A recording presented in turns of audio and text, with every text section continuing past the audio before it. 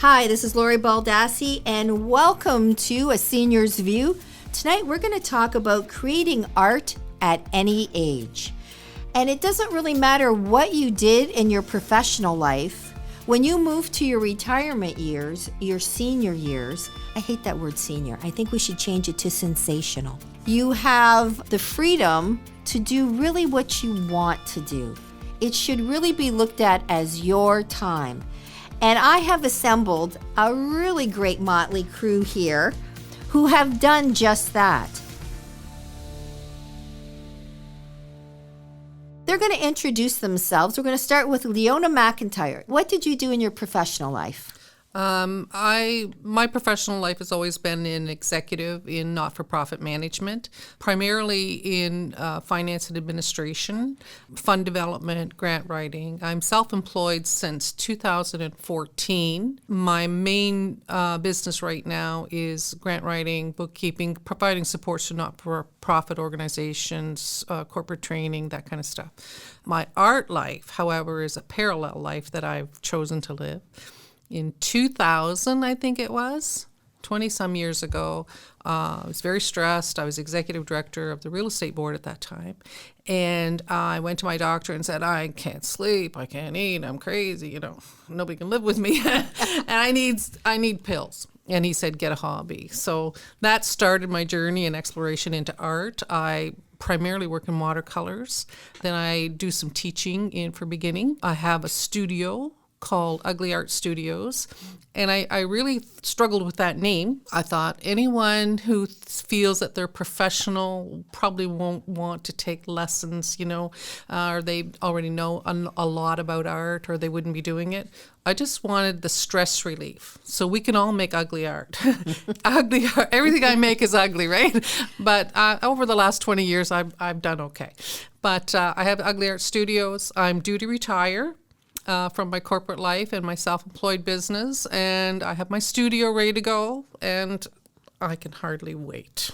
So you've had a plan for a while. I have. I had a she shed built 4 years ago, and it's my art studio. And I had a studio, but I closed it. I had an office. I've closed that. COVID has forced us all to live at home in our little pockets. And so the she shed has beckoned me severely for the last 2 years. So it's like, I'm going to do it. I'm retiring. And now we have Paulette. Paulette, tell us how you moved from your corporate life, working for the City of Windsor, to your senior years in the projects that you do. My name is Paulette Kupnicki.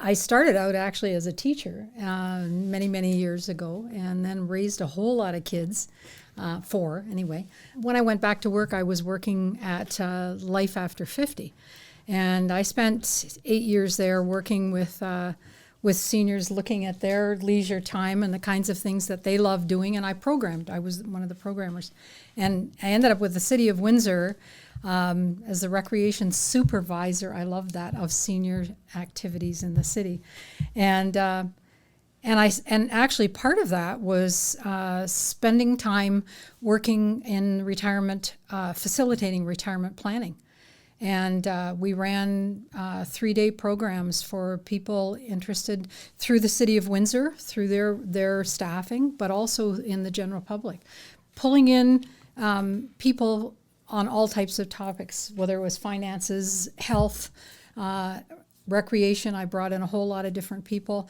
So for me, in my work life, I was already beginning to look at my own retirement from the time I was pretty young. And I moved at 64 into retirement. I actually felt like I never stopped working. The truth of it was because I rolled into a number of the volunteer activities that I'd been involved in. Senior games. We did continue the retirement planning for a while, and I became part of the diversity training team for the Windsor lesbian, gay, bisexual, transgender organization that we had at the time, and we've done diversity training for years. Actually, COVID, the last session we did was with the City of Windsor, and it was all retirees that were doing the training, and I love it. I absolutely love it, and I get to be part of a change in the city not just within the corporation of the city, but through a number of not-for-profit organizations. And I'm kind of like you are, because in the middle of all that, one of the things that I always thought was that I wasn't very creative. No.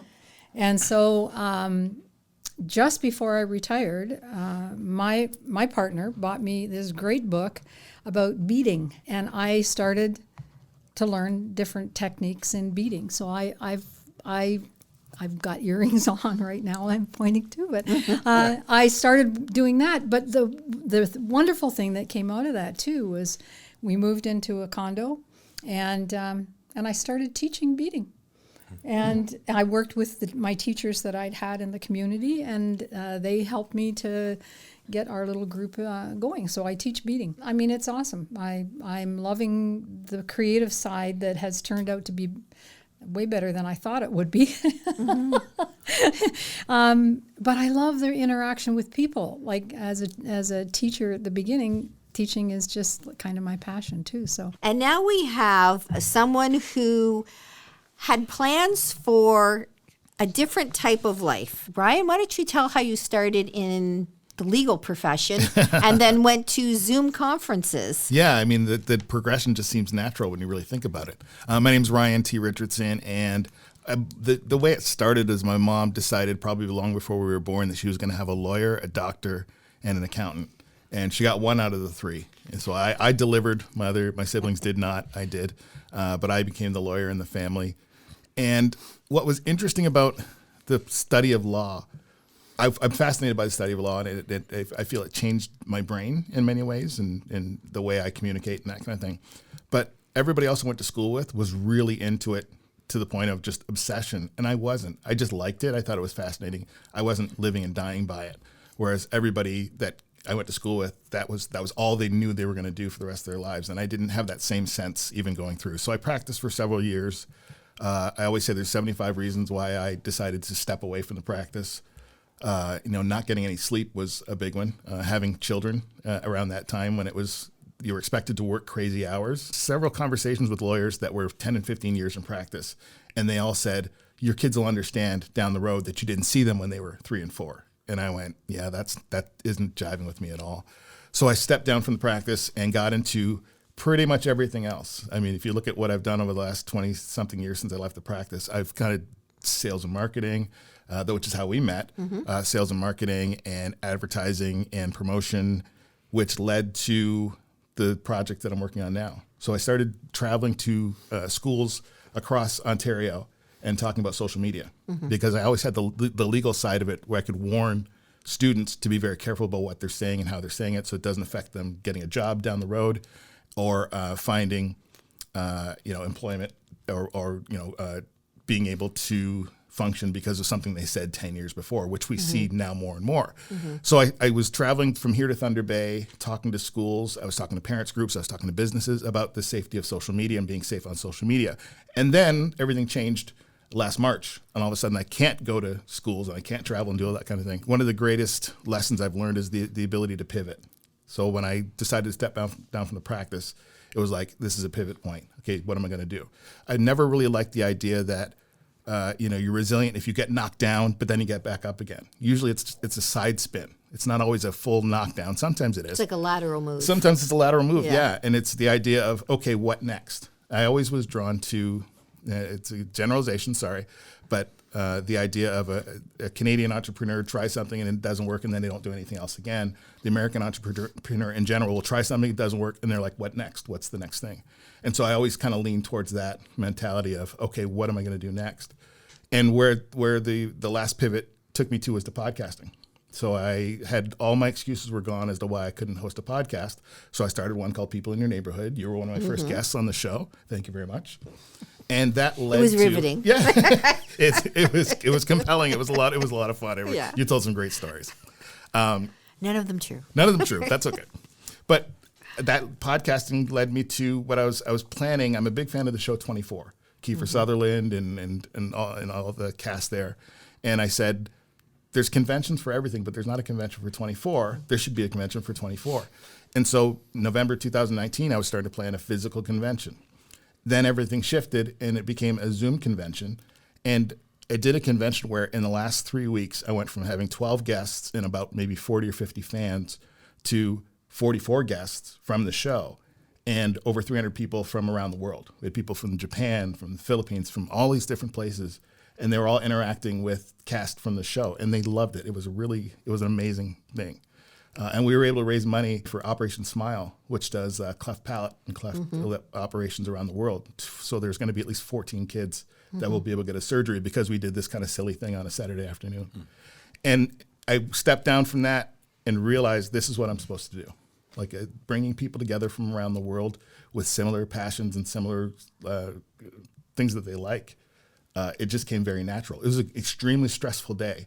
I'm sitting in my office and I'm doing all this like Oz. I'm like the Wizard of Oz trying to coordinate this entire event. And I had a team that was really good, but I enjoyed it. It was very stressful and I really loved it. And it was like, this is what I'm supposed to do. And now we have, from one passion to another, we have Mike McCann, who you would think, he's a regular guy working at Chrysler's, and was a union rep.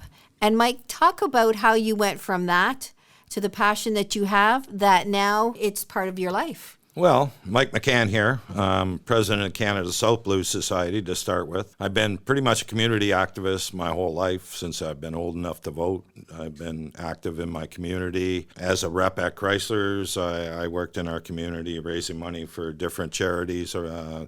My main charity was the Unemployed Help Center Food Bank. I've held the Riverside Blues Fest over the last 5 years, and I've raised about $20,000 plus tons of food and coats for kids through that event there. Try to use it for charity everywhere we go. I've always been a musician in some degree, I guess. When I was a teenager growing up in the 60s, I got my first guitar, but again, growing up in the 60s was definitely a different time, right? We were all running around barefoot and, and we all didn't finish and go to university back in those days. We all, took the easy way out and got the good paying jobs in the auto factories back in 1971 was when I first started there. Right? So I worked at Chrysler's for 36 years, retired in 2009. During that time, as a rep, I was at the national bargaining table with Daimler Chrysler for 2 sets of bargaining. That was very eye-opening for me in a lot of ways. But I was always a real kind of people person, my view was always kill them with kindness more than, and I always told people that, when it came to management, that their kids play with our kids, like I live in Tecumseh. They live next door to me, We're all here for the same thing, and we're one big collective body. And Windsor's always been that kind of way. But during that period, I was we'd have our get-togethers, and I introduced Local 444 to the blues, because a lot of my friends were musicians, and they were into the blues scene going back 25, 30 years, even longer than that, So we'd have a party, and I'd bring these blues bands out, and people say blues, and they think, but to get somebody out to a show when they come out, they go, wow, it's really a different experience. And that brings me to, I took over the Blues Society. I don't know if all you know much about Ted Boomer. He started the Blues Society 20 years ago. Prior to COVID, we were celebrating our 20th anniversary. And we had a nice lineup for things. We had one show in, and we had to cancel everything. So yesterday we held our AGM, and we had, 70 people, I guess, turn out. And we signed 15 new members over and above, and we had the 519 band, a band that represented us down in Memphis in 2014, I guess.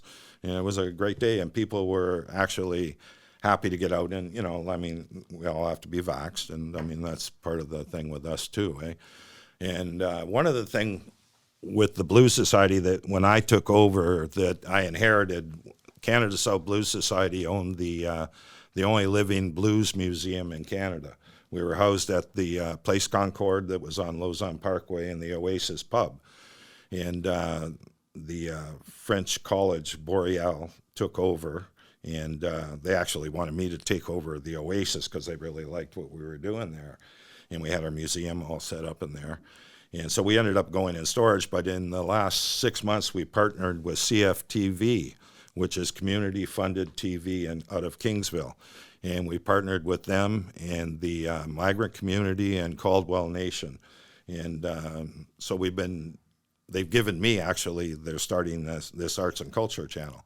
So they've given me the Arts and Culture Channel to bring in some arts. So right now we're producing a 13-week showcase, Canada South Blues Society showcase, and it's bands that have competed in our competitions from Windsor, Sarnia, Chatham, London area, So they've drawn it, and these are all bands that have recorded material out there, and they're, at that level where they're, hitting the road with their material, So it's been a fun ride that way, to help out musicians that way. And going back, when did Rob and Carol take over Blues Fest? I would say about 6 years ago. Yeah, about 6. Well, I met 7? you Yeah. prior to that because Yep. when you were at Blackburn, I used to go in all the time trying to get you to give us some free publicity for I did. our shows. Which I did. Yeah. You're the only station that would do that for us. But and then we connected later when Rob and Carol contacted me when they took over Blues Fest, and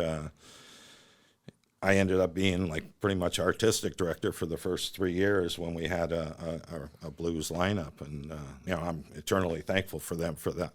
Because I mean they were green too, and we were all green, and we were all sitting there, and it was a lot of fun going through that. And it's too bad that there was so much garbage going on around that festival because it was a real nice festival for the city of Windsor. But currently, because I'm working with CFTV. I have just met with some of the mayors in the county, and they're really looking to do something, right? And knowing that Blues Fest is done, like I really not interested in downtown and, on that pavement and all that, because I mean, there's, like you say, there's too much liability, cost, and everything tied to it, where the county is out there and they're willing to help you. Not hold their hand out and rob you, because that's really what happens in the city, So it's tough that way, But I've enjoyed doing it. I've met a lot of good people. My wife is here. She's my right arm here. We call her Miss Daisy, and she takes over. She keeps me on the straight and narrow, because I'm not like a note keeper. I'm a talker, right? So, Mike, tell me, when you first were looking at your retirement, did you know this was what you were going to do? Yeah, because I was, I've been a member for the whole 20 years. And like I said, I was always around friends that were musicians. And we always talked about the need for Windsor to, I always thought that Windsor could be like Chicago or St. Louis. And if the city people really promoted it the right way, they got that white elephant with the casino that they keep people there. But if you've ever been to St. Louis, or there's that whole strip from the casinos, they take you to the different restaurants. You get on free, you get off free. I mean, it should be a community thing, I mean, that's why downtown's so really dead, And we're kind of looking for a home now, a venue for our art shows, right? We were using the Rockstar quite a bit.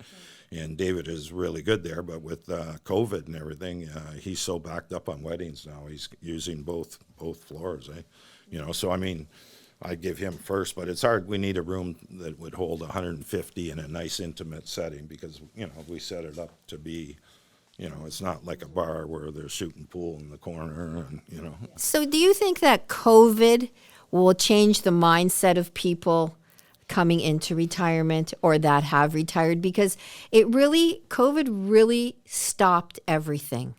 And people really had to reevaluate their lifestyle, their health, their mental health, how they lived in their homes, how they were going to get groceries. Like, you really had to reevaluate everything. Do you think seniors now there'll be more of what I have at this table than before?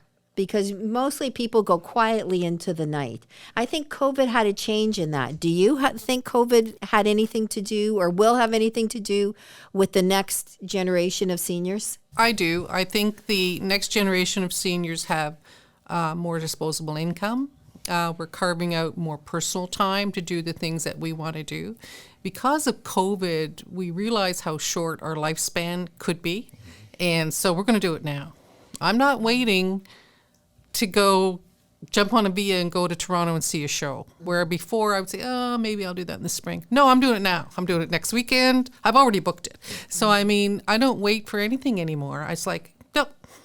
I want a new bathroom. I'm just going to have a new bathroom. If I want to go on a trip, I'm going on a trip. And it may be that I'm spending my kids' inheritance. They're aware of that. So it's just, I'm not waiting for anything anymore. I'm going to retire and live my life the best way I can, and I'm going to live it on my terms. I feel that the restrictions are now off. I don't have the fear of being poor. I don't have the fear of, being homeless or anything else. I just don't care.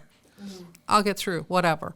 But I'm just going to stop work and do what I want to do. And I think it's the lifespan challenge. People we know died, or they have deficits from being sick, or they've had a heart attack, or they've had health issues. They can no longer function in their senior years. So if you have your health and you have any freedom at all, then it's a bonus. I think it's really changed the way we look at life. Were you, I want to put this to all of you. When you said, okay, this is what I'm going to do, I'm going to do beading, I'm going to put on a show, I'm going to do this Zoom conference, was there any part of you that was afraid? Yes. About 3 weeks before the event, I was going to pull the plug because we weren't getting traction on it. We were in the position we might have more guests from the TV show than we were going to have actual fans of the TV show. And I said, that will be embarrassing. That won't be good for our guests to come on, and there's fewer people. I don't think they would have cared because it was like a reunion at this particular time. They were just happy to be together. But I was very close to ending it. And we got what I call them a lightning rod. We found our lightning rod within the show that rallied the people and then rallied Kiefer in particular. We had Kiefer Sutherland was our keynote speaker, and he convinced Kiefer, who had actually done our podcast and wanted to be a part of this event, but he's incredibly busy right now. And they said, look, we can't have a birthday party for the show and not have the birthday boy show up. Mm-hmm. So they went behind the scenes to get him involved in it. And so once Kiefer was added, all of a sudden the floodgates opened. We did a national press release that went out through deadline.com, and then people started buying tickets left and right. Building on what you said about the online world right now, if I had invested in anything a year and a half ago, it would have been Zoom and it would have been plexiglass.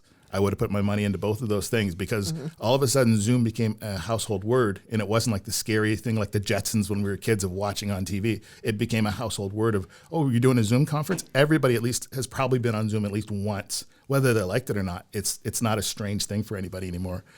And it shifted the whole thing that we were doing to be able to have people in their own homes. If they were on the set of a film or a TV show, they could still participate because all they needed was their phone. Mm-hmm. And it really changed the game. But like I said, my team, who one's in Texas, one's in California, my main guy's in Hamilton.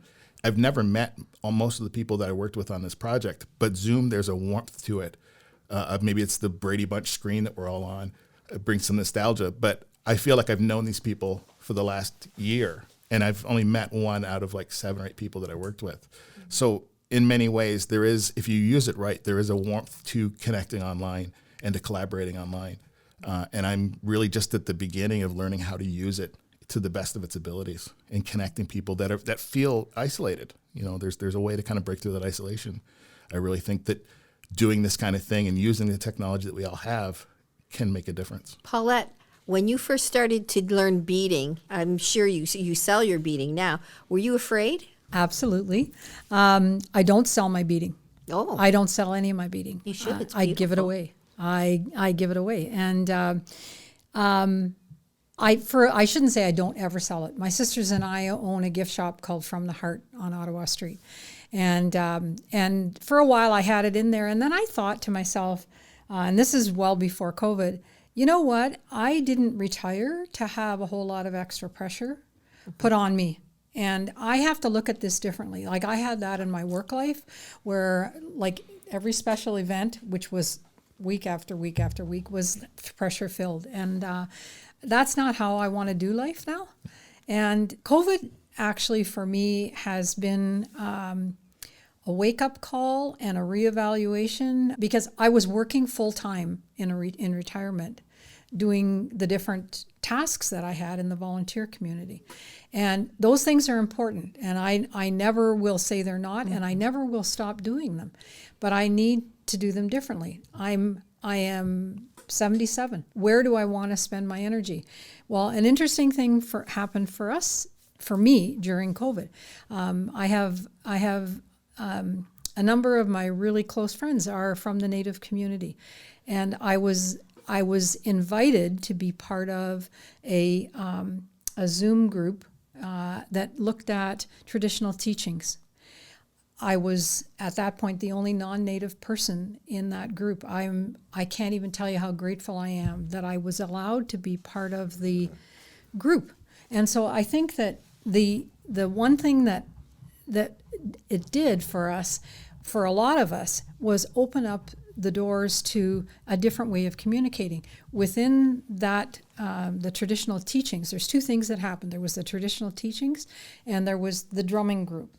So within the traditional teachings group, we have people from Austria, England, across the United States, across Canada. A whole lot of people are from Ontario.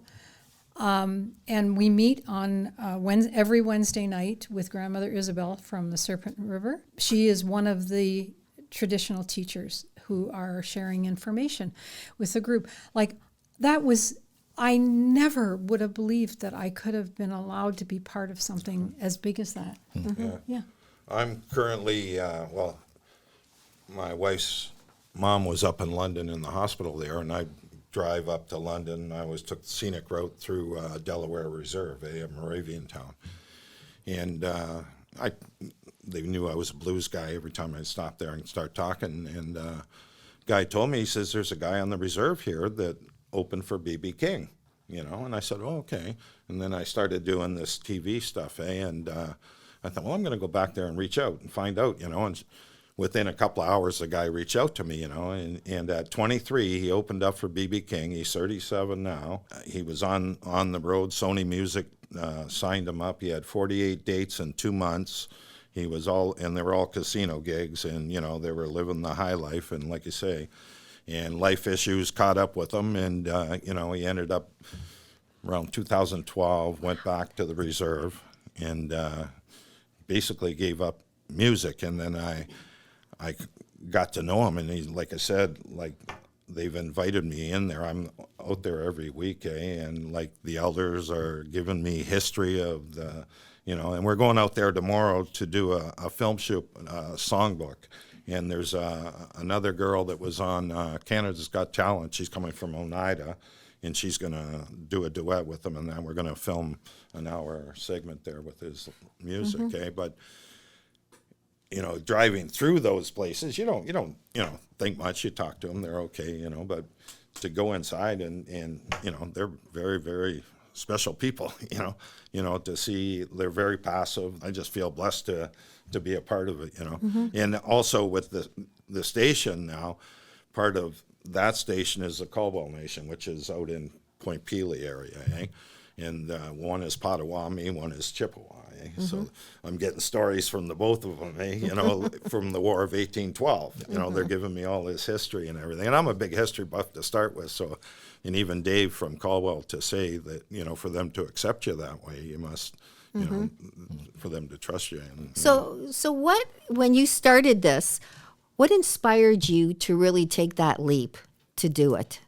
To start to do your first show? What really inspired you to say, no, I'm going to do this show? There has to be some kind of spark that made you take that jump. Well, my first show was Ray Fuller and the Blues Rockers, and I brought him in for Blues Fest and that. And somebody gave him Sherry my name, which is Ray's wife, and she's a promoter down in Ohio. And she called me, and I had just taken over the Blues Society, and then I hadn't done a show yet. So I booked him, my first show, and we actually made money on it. And I never, set up a show or anything before, and now, I'm booking shows everywhere, right? Well known throughout Canada now as far as, promoter and, I bring in Grammy acts, Juno acts, all top-notch acts, in a club setting. Look at ourselves now. We are probably the most educated seniors that have ever been. As you said, they have the most expendable income. What do you think our parents would think about this seniors group? Would they be, oh no, you should be babysitting your grandchildren. You should be saving money to pay for your grandson's college education. You should, the money that we make now is for them, not for us. That was very much a thought to a senior. My dad was from the East Coast, and they were very much community minded. So I mean, he'd be very proud of. He was involved with the union too. I'm a third generation, I guess. They moved here, for the auto jobs, from the East Coast back then. So, I was raised kind of community minded and active. My dad was active, and he had hobbies. They liked to go out on the weekend and listen to live music, and they passed away now. They would be 90 now, but I remember, like you say, we grew up in the 60s, so Do you think they'd be envious that you're kind of doing what they kind of secretly wanted to do, but well, I know my parents used to go to Detroit for that, not Dick Clark, but that other traveling show it was a traveling rock show. They used to be at the Fox Theater. And I forget what the guy's name. He was a big DJ or something back in the day. Alan Freed? Alan Freed, that's it. Yeah. Geez, I'm old. Yeah. Well, but they used to go Thanks, over Mike. there to those shows, So I mean, music. I remember, like I say, growing up. I'm 68, and I remember, watching my siblings while they went out and listened to live music, and it was the 60s, right? It was the Vietnam War. It was all kinds of different things going on, and times are really not different the way I see it, other than technology. Other than the technology, and I think it's caused a lot of problems too, right? Like in a lot of ways it's good. I mean, I enjoy it because I probably learn more reading from it than if I didn't have something to read, and that way, but you got to decipher what's real and what's not. I think one of the things, you kind of hit the nail on the head. I don't think it's so much that we are so totally different than our parents. Like I've got my grandkids are my boys. They're out in BC, but they are my folk, right? Yeah, and then my kids are my folks. And but I think one of the things that my parents would look at, my dad worked until he was as old as he could be. Still walking over. They owned Janice Brothers Funeral Home, and he lived just across the way, and he would come over every day, and he never really retired. And he was very upset with my brothers when they chose to retire, chose to back away before he felt they should have, right? And their mindset was different. And I think that that's one of the things that I think that they wish they could have done that, but always felt driven. And I think we do that part of life differently. There's more to life than my work life. I loved working. I loved every job I had, but there's more to my life than that. And so I think that's one of the things that I feel is really important, like teaching my kids that they can start very young looking at how do I recreate myself each day, basically, that I add that piece into how I live. And that's what my dad was focused. My mom was the homemaker, raised 7 kids, and, that's how it was. And I think that was the difference back then. The mom was the homemaker, right? She was home. My mom was always home. She worked probably later on. She went out because something to do, I guess, more than anything, eh? But for the most part, I mean, back then, the mom stayed home, and, and as a rep at Chrysler's, I don't mean to sound sexist because I'm not, but, women started coming more into the workplace, and, there was a lot more problems that start happening, right? I'm not, don't get me wrong, because I support women 100%. I got 3 daughters, and, don't get me wrong, I'm not trying to say it like that, but I'm just, seeing how divisions, I guess, happen, like with different treatments, I guess, like, I don't know. Like, Yeah, but they were coming into a different, an industry actually, the that women didn't came have in. women. Actually, the women Yeah. came in a long time ago because during the war, with Kelsey Hayes and all that, it was all women that worked the factories. But I'm not talking necessarily about, I'm talking about the younger generation of women that came into the workforce, and and they would get pregnant and they would sit at the foreman's desk until they delivered their baby, like that creates a problem when people see that kind of thing, and even though, there's all kinds of, well, they get paid. I mean, like social programs to, cover all that, So I'm not talking at it as a sexist way, but just as a. It was just different. Yeah, like divorces. You see everything, So I mean, I seen how that changed the whole industry really, because it has, and we just had somebody set a bomb off in the Chrysler plant. Yeah. Like how stupid is that? Well, I mean, I mentioned at the beginning too the idea of my mom had a plan for each of her kids of what they were going to do, and I think my dad was very risk embracing, and he would try entrepreneurial things, and he would try to that's just who he was, and he was a people person that was always out there, but the fact that the idea was that this is what you're going to do. And again, I have to go back and forth sometimes. Did I go to law school because I wanted to go to law school, or did I go because it was like, well, that's the thing to do? And I don't regret it because the education changed my brain. It changed the way I operate and function. However, it changed my parenting because my parenting style is absolutely the opposite of that, where it was like, I have no expectations. I have no expectation I'm going to live through my kids. I want you to do whatever you want to do. My daughter went into a program in London, did about a year of it. It wasn't a good fit for her. She worked for the last several years. She just started in general construction. She's doing a course right now in general construction. It's what she really always wanted to do. And my philosophy has never been to direct them in any way except to do what they want to do.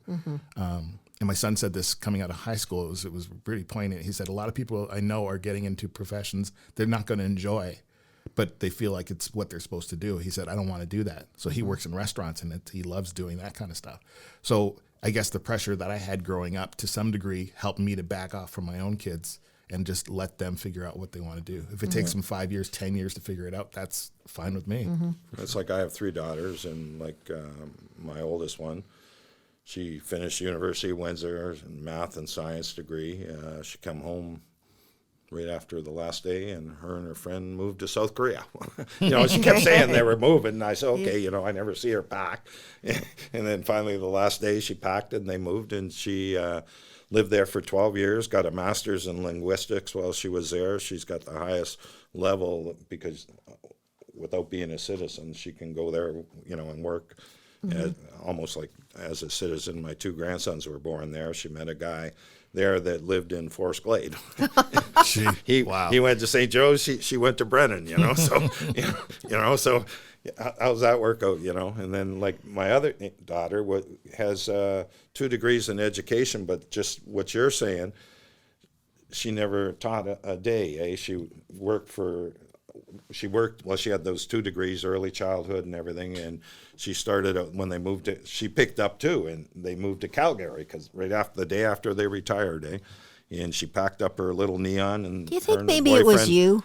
Huh? Yeah. And they moved there, and 3 weeks later she called me on the phone screaming, we're coming home, because the jobs weren't coming, but and then all of a sudden she was getting jobs coming from everywhere, and she started in a daycare. Then she was running the daycare. Then she got hired by Enwin, and she was CEO for their whole their daycare center in their Enwin building in Calgary. And then they moved, and her husband graduated. He's cancer and therapy, like this here. So he's the only one in Canada like this that does a specialized thing. So they picked up and they moved here, but the market was so different here that they're having a hard time getting in the market right now, But she's teaching. She's at the University of Windsor now. She went from teaching to the University of Alberta, and now she's working for the dean of admissions at the University of Windsor. And then my youngest one, she was in Windsor for 5 years, and then my dad passed away, and he was like on trach and everything and life support, and I remember taking her in there and she passed out, you know, but she ended up finishing University of Windsor, didn't know what she wanted to do, so then she thought she'd go into speech therapy, so she went to Wayne State for 2 years, and trying to get into a master's program is very limited, so she ended up coming back to Windsor, and now she's an RT at Chatham Alliance. So she, you know, spent like 8 years in school to get where she wanted, but they're all doing what they want. The ones that were in Korea moved back here, and they work for the Canadian Center of Excellence, with immigrants and that. And, that's great. My background is maritime. I'm from New Brunswick, large family, farmers. Not very good farmers. My father always worked in So they farmed badly? Farmed. It's like, you know, you can't make it on a horse that doesn't haul wood or whatever. But anyways, we always lived on sort of like a little hobby farm, gardens, fields, things like that. My father always worked away in lumbering. So my brothers, I have 6 brothers, and they were always in lumbering. So if I want to know anything about trees, I just ask them guys. But my sister, I have 2 sisters, and I would just spend a month in the East Coast with my sister in September. It was a precursor to retirement. Can I take time off and get away from work and break the cycle? And you know, it worked. But it was very funny. Her and I are so different because I'm more of an executive type, and I want to travel, and I want to do this, and I want to do that. And she says, no, I'm not doing that. I don't think she'd go to Halifax. It's like, no, I'm not going anywhere. So I'm not staying in a hotel. That's a waste of money. So he's like, you just waste money. Anyway, so we had this huge debate going on the whole time I was there. But she is a traditional, like my family is Irish-Scottish. And it goes back 200 or 300 years. All of my family on my father's side, a lot of women, my grandmother, everybody quilted and did sewing and things like that. And then so we have this group on Facebook, it's called the Clan Boyne. And I have 200 first cousins. At least. Your people were busy. They were. My dad was one of 16. And my grandparents homesteaded across Canada twice. They lived in every province except Prince Edward Island.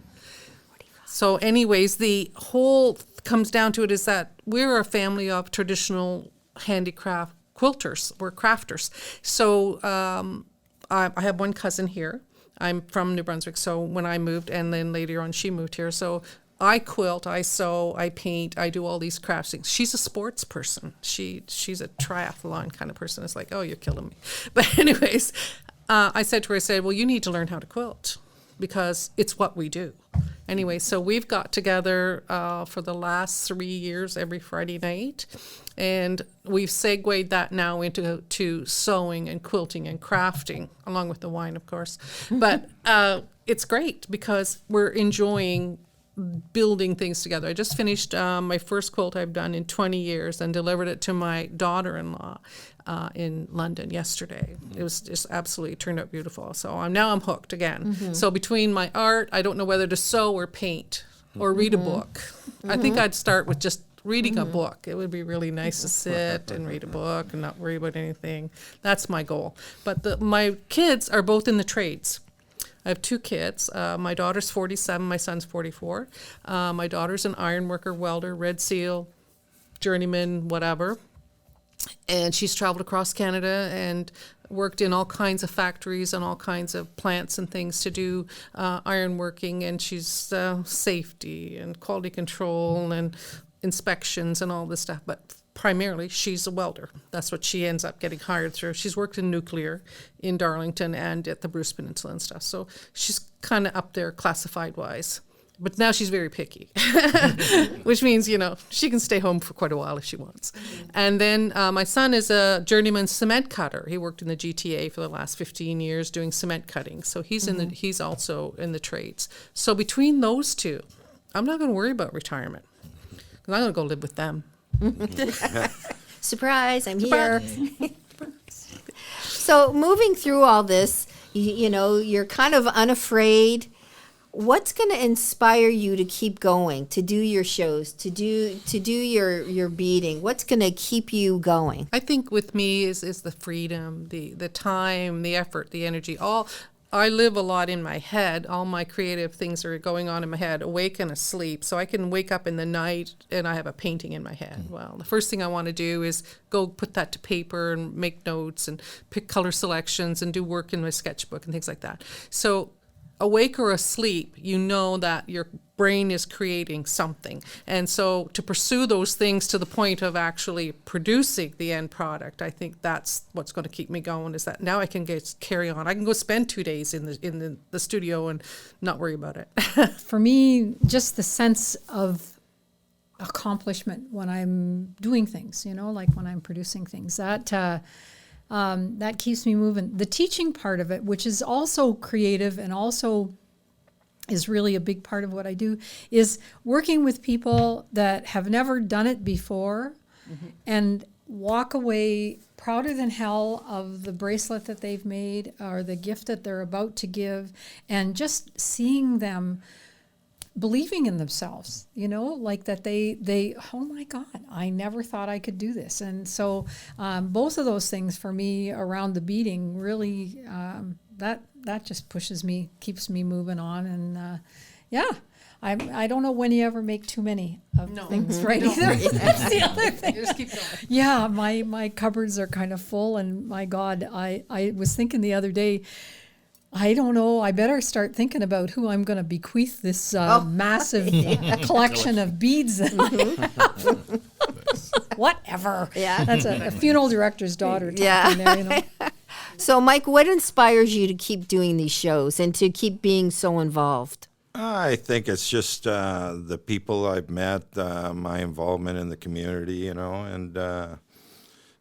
every day's a new day there, especially with our new partnerships and everything going on, like my project with Brock from Delaware. I mean, that's been keeping me busy. I took him up to Toronto for a podcast at the Church of Mark a couple of weeks back. That was pretty interesting, to see how that was done and that, and just the people and places that, it's brought me, and the networking and, just all the interesting people along the way, good people.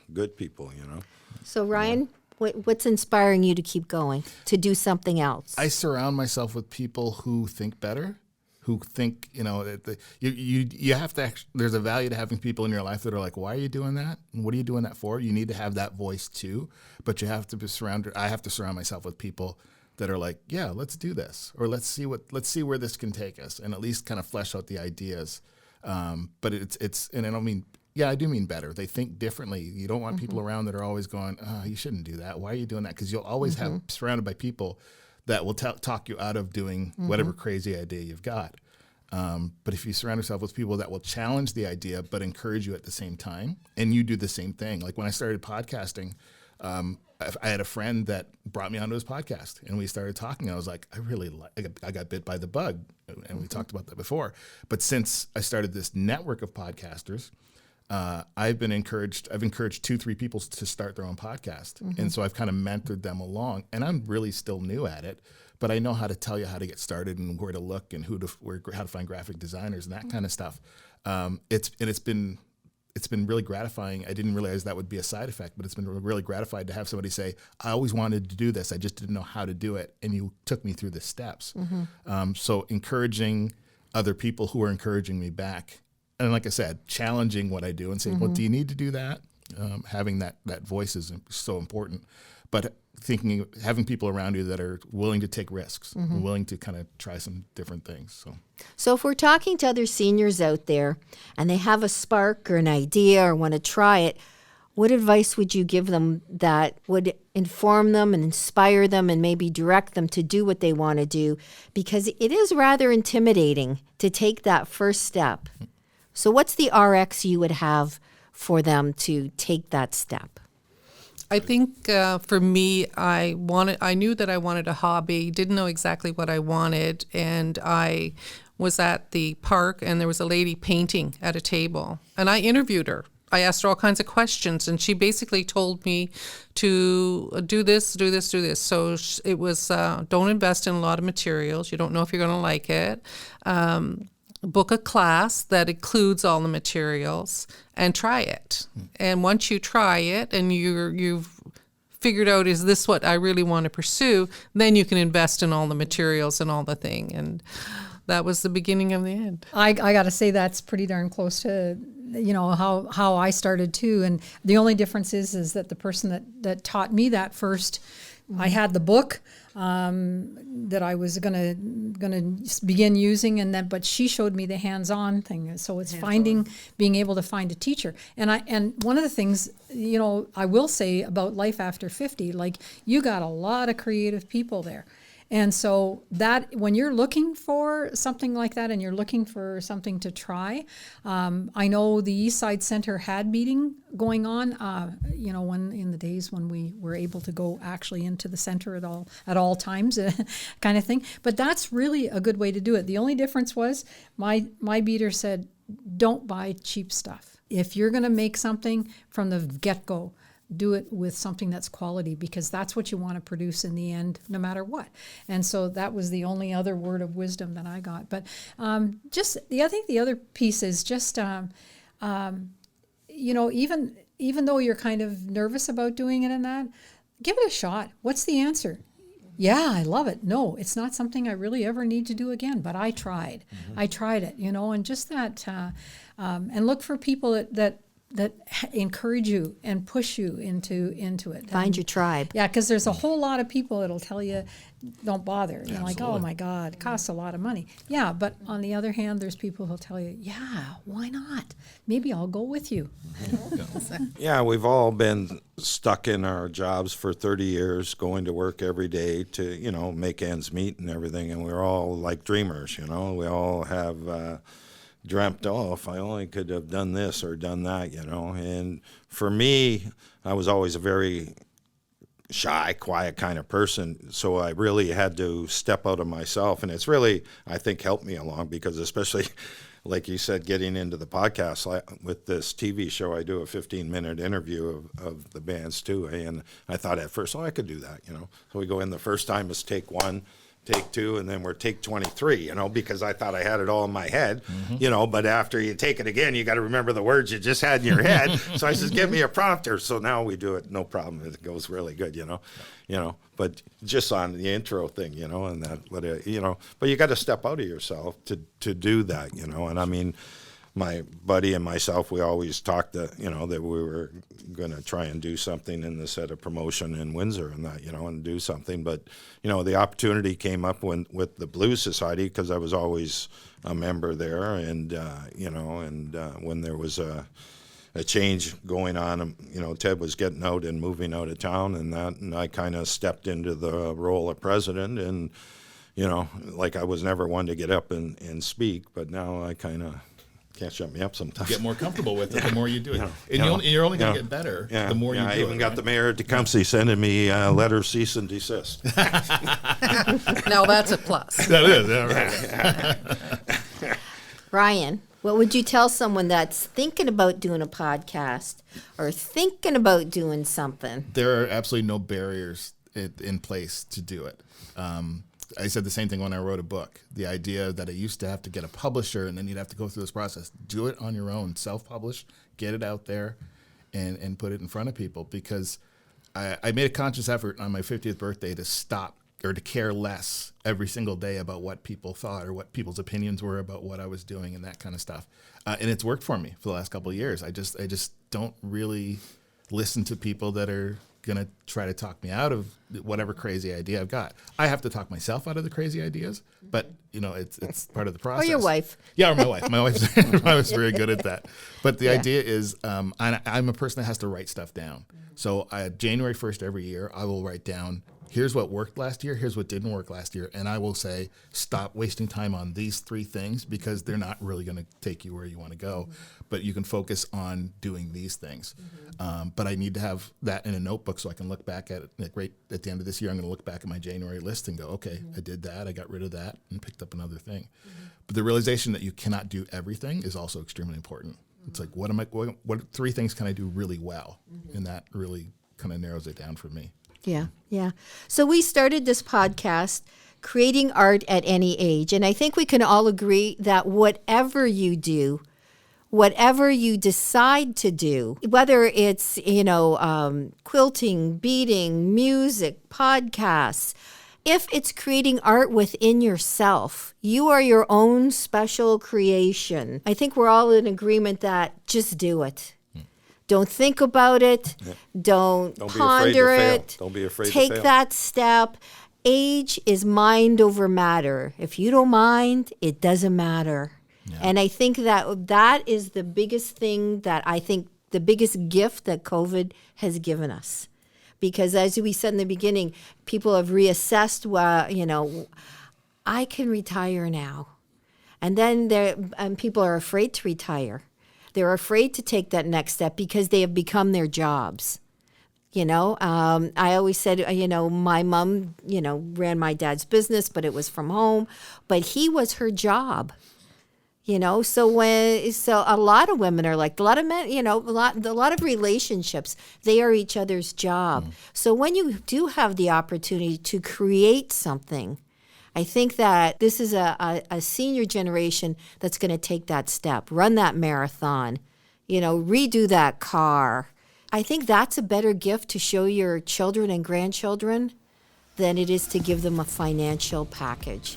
You've shown them to be unafraid and to create art out of anything that they can do. So we're going to wrap this up by a little thing that I do each podcast about millennials. So millennials, what I have to say to you is we are inspired, we are unafraid, and we have better insurance than you. So thank you. This is a Senior's View, and thank you all for being here. And I'm Lori Baldassi. Thanks for joining us.